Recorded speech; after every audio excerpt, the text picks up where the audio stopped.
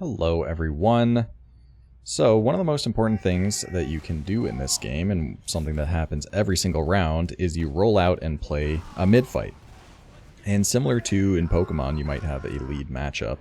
A mid-fight is kind of, both teams starting from equal circumstances, conducting a plan and trying to execute that plan to win, when starting out on equal footing, of course.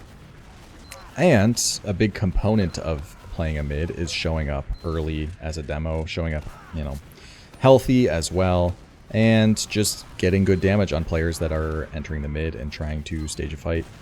Just normal things. But an interesting kind of metagame staple, I'll call it, or feature, is in the Soldier Fast Rollout. And I think pretty much every single map has some form of fast rollout. Some, of course, are more difficult than others, and as a result, some are more common than others. But I just want to talk about fast rollouts. Obviously, the objective of a fast rollout is early pressure on the demo. And this can, in some cases, materialize into a straight-up demo kill. And it very much influences how the mid continues, because if that soldier is able to get the kill on the demo and survive somehow, then the team who's lost their demo just lost the mid. But if the team that was like a voice crack. I have been talking a lot today. But if the soldier trades for the demo, then obviously it favors the team that lost the soldier, because soldier is a generally less important class on a mid-fight than a demo is. But it is still like maybe playable from a disadvantaged position for the attacking team. Not the attacking team, the team that lost the demo. So yeah, of course, you have... These situations are common enough that it becomes somewhat of a well-trodden space rather than, being treated strictly case by case. But in other cases, a fast rollout is kind of a default plan. Because, of course, the value in fast rolling out on the other demo is not necessarily just to get a surprise kill on them. Because, after a point, their demo is absolutely going to catch on and either trap themselves off early into the mid and forego some of that early damage, or just play like more passively. In some cases, they may roll out to a different door, such as like in the case of Sunshine, like rolling out Valley is generally much safer, and you can do that to be far less vulnerable to a fast rollout. All these counterplay options exist and do see use in reply to repeated fast rollouts. However, your only value in fast rolling out is not just committing to try and kill that demo early, although that can happen if they don't respect it. But, when I described the fast rollout counterplay as that demo foregoes early damage to maybe trap themselves off or plays more passive earlier. I don't know what my team is doing right now. Or rolls out to a different door. Basically, you are keeping their demo in check just by virtue of the fact that you are fast rolling out. So you don't even necessarily have to commit at all. You can just fade and stay as healthy as possible. And it's still going to give you some benefit, right? Because you are still preventing that demo from getting very aggressive early on and prevent that demo from just completely annihilating your team, trying to get through the choke point to even start to fight the mid. And that is really useful.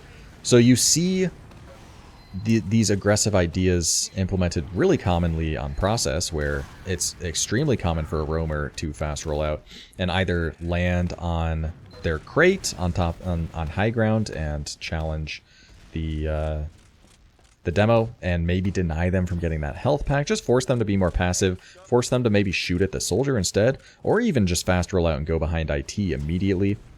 Or again, it's possible if the demo's sleeping to, not even necessarily if they're sleeping, but just if they don't respect it, it's possible to fast roll out and commit and try and get that pick.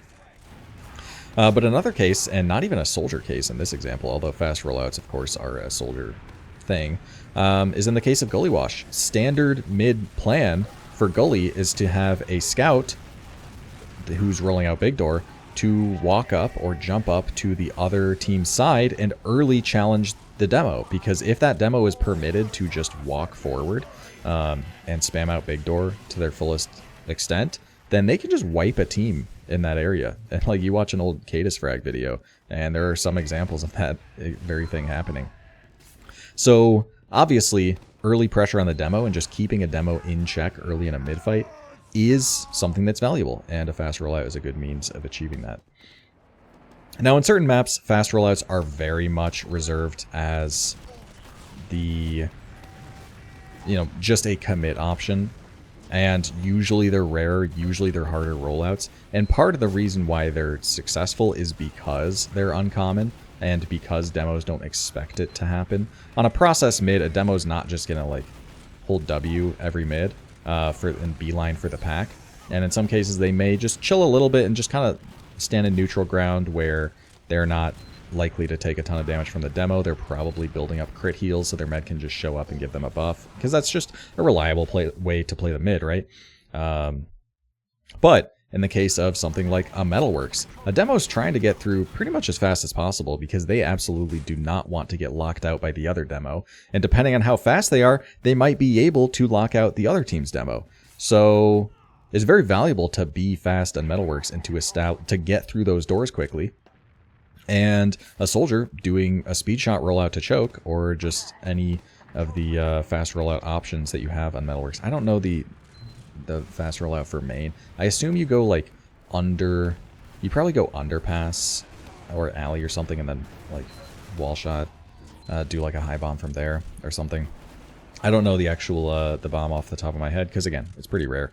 But a demo's not really going to be expecting that. And then Gully Wash, of course, is very infamous for its fast rollout, because if a soldier is very, very fast, then they can actually show up to choke the other team's choke before the demo does, before the demo even gets the pack. And that's really, really nasty. But of course, it's just very difficult to do. So it's usually something you only see like jumpers do, or people who practice it a lot. And again, you can hear the soldier jumping as well if the demo rolling out. So it's usually a plan that can be adjusted to if it's played too often. So again, very rare. But again, case of a fast rollout meta developing on a map where fast rollouts are not that accessible necessarily. And where teams also have a backup plan anyway to deny the demo's early spam that's perfectly serviceable. So yeah, pretty much every map has some form of fast rollout, and if it doesn't, then it just needs to get cooked with a little bit more. Actually, a really funny fast rollout I've seen is on Badlands. I think it was Starkey in Europe. And he played Liberty Launcher out of spawn because he wanted that 5th rocket, because his goal was to get to the forward spawn as fast as possible, to switch to stock in the forward, because remember on Badlands, the one quirk about that map, well, one of many quirks about that map, is that the forward spawn is always open. You can always go inside of it.